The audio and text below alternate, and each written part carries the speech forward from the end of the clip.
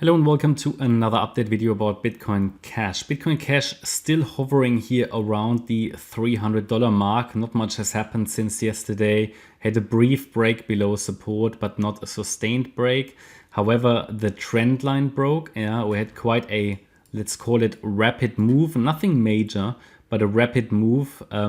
After it broke the trend line, we came here to a point where the triangle broke. Now we headed into the apex yesterday, so pressure was building up, which needed to get out, okay, that needed to get released, which it did to the downside in this case. And the trend line broke, and we're now retesting trend line from below. This is now getting very overheated here. You know that selling pressure is increasing. You notice that when you look at the chart, there is more and more selling pressure coming in. The rallies are getting weaker. So, you know, we just need to recognize that. I notice it in the comments when people say price can't come down anymore. Bitcoin Cash will outperform Bitcoin. This will go to wherever. Oh dear, it's always the same stuff. It's always the same stuff. That's when I notice that things are starting to change. It's just a very, very easy read on sentiment. Of course, it can still go a little higher, but things are starting to get a little bit overheated, which is always a sign that things are going to come down because, markets are usually topping when everybody's bullish, because when everybody's bullish on a certain coin, there are no more buyers come in because everybody who wants a position has a position. It's so easy. It's simple. Okay, but it can still push higher. I mean, we said the relevant bullish support level really is $182. I would still give it a chance to make one more micro high here. However, the break of the trend line obviously made that less likely, given that we broke below the trend line. We're now retesting it from below, but it broke a trend line before and recovered. So it really depends on, in my opinion, in the short term. We go to the 30-minute chart. By the way, if you want a bit of a context analysis, check out my last video. In this video, I just would like to focus on the shorter time frame because I covered the greater context in yesterday's video. This moved higher against the trend line again. So this currently looks like a mini bull flag. So it could very well extend higher against today's swing low here at 268. But if that breaks, if this swing low breaks where it did retest our resistance, our former resistance fib level, which was at, I need to zoom out again. Here, 268. It retested that from above, confirmed that at least locally as support. But if it breaks below that and loses that confirmation level of support, then I think we're heading into the orange support area. Disregard this one. I think we're not there yet. I'll take that out, that box. It might confuse.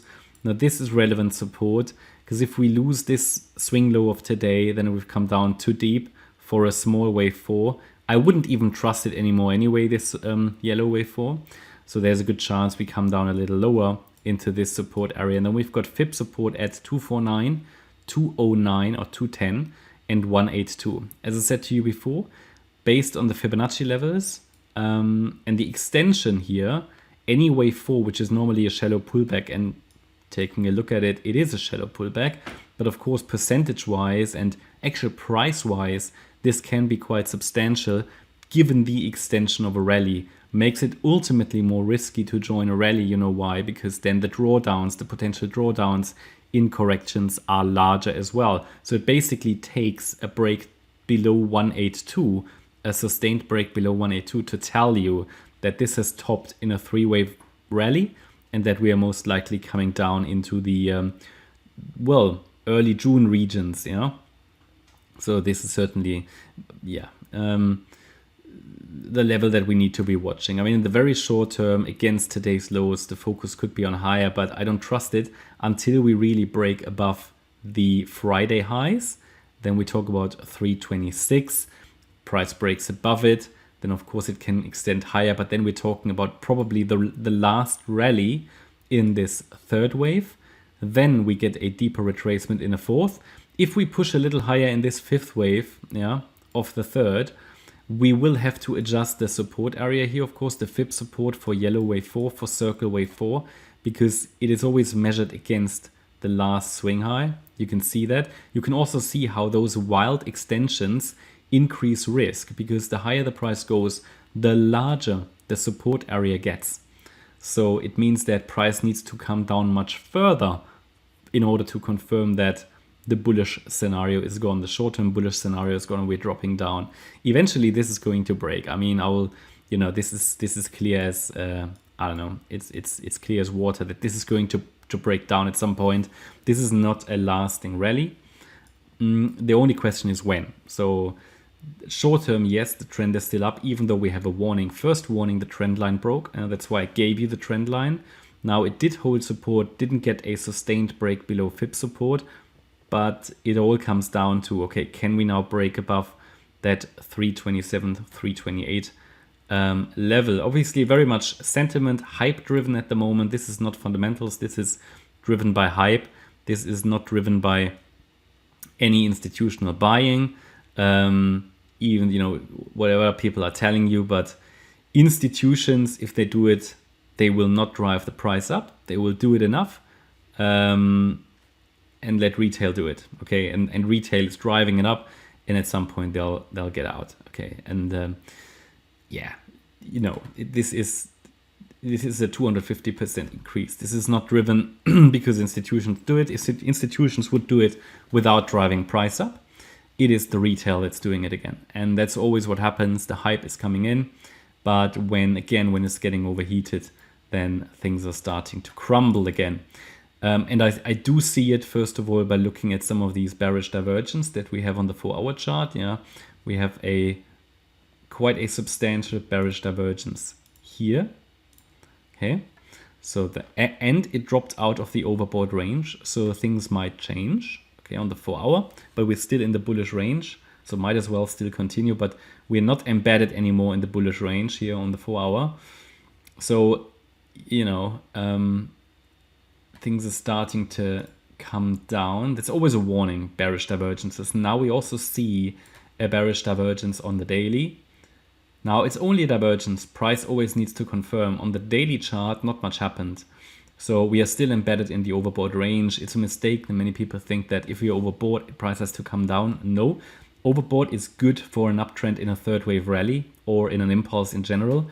You can be embedded in this area for quite a while, but it's that divergences, bearish divergences, will be a first warning. So I just want to make you aware we start to see those divergences, which can often be a warning that things might be turning around. But then this is only a first warning. It's only an indicator that indicates. It's always sort of lagging, right? Just something. Price action is always key. So just be aware of these relevant support areas. For me, the most relevant is the 180 level here, 182. This goes as long as it goes. I wouldn't trust it anymore. Anyway, given the brief break below 280, so that increased the chances that we're already in circle wave 4. That's absolutely possible, because you can never rule out that it did a tiny 4 and 5 here, right? That's of course a possibility. You can never rule that out. So from that point of view, yeah. I mean, short-term trend, in my opinion, still up, but there might be a pullback now into the orange box here. Especially if that swing low, I think that is my signal level here, 268. If that breaks, we have support at 249, 209, and 182. So in a deeper wave 4, we might be looking here at an A wave, a B wave, and a C wave. Let's see if that works out. So that would be highly likely unless price can now break above 329, 330. And if that happens, what would be the next target or resistance level?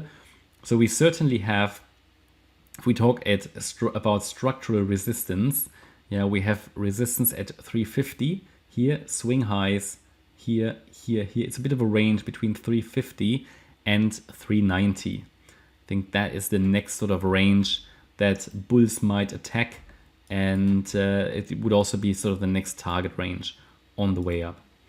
Yeah, that's my update about Bitcoin Cash. Hope you liked the update. If you did, please hit the like button, leave a comment and subscribe. And if you really like the content, then please check out the channel membership. Thanks a lot for watching. Bye-bye.